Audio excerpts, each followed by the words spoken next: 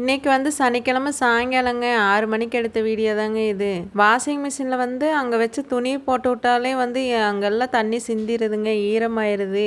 இப்போ தண்ணி சிந்துனது வந்து தெரியாதுங்க, அப்புறம் வலிக்கு விட்டுரும். அதனால வந்து தொடச்சி விட்டோம்னா காஞ்சிருங்க. ஸ்டைல்ஸ் தரைக்கு வந்து தண்ணி சிந்துனா தெரியாதுங்க, நானே 2 தடவை வலிக்கு விழுந்துட்டேங்க. அதனால வந்து எங்கள் தர்ஷினியும் நெறிஞ்சினா அம்மாலாம் வலிக்கு விழுந்துருவாங்கன்னு துணி துவைச்சாலே நான் தொடச்சி விட்ருவேங்க. தண்ணி எல்லாம் சிந்துனது வந்து தொடச்சி விட்டுட்டு வாஷிங் மிஷின் வந்து ஓரமாக தள்ளி வச்சுட்டு நான் போய் டீ போடுறதுக்கு ஆரம்பிச்சிட்டேங்க. டீ கடிச்சிக்கிறதுக்கு வந்து போண்டாலாம் எதுவும் வாங்கலை, பிஸ்கெட் இருந்துச்சு. நானே எங்கள் தர்ஷினி அம்மா எல்லாம் பிஸ்கெட் ஆளுக்கு 2 பிஸ்கெட் சாப்பிட்டு எனக்கு வேலைக்கு டைம் ஆயிடுச்சுங்க. எங்கள் தர்ஷினி நெறிஞ்சினா ஸ்கூல் விட்டு வந்தால் ஒரு வேலை செய்ய மாட்டேங்கிறாங்க. கேட்டால் எழுத வேண்டியதெல்லாம் நிறைய கொடுத்துருக்காங்கம்மா அப்படின்னு அதே சொல்கிறாங்க.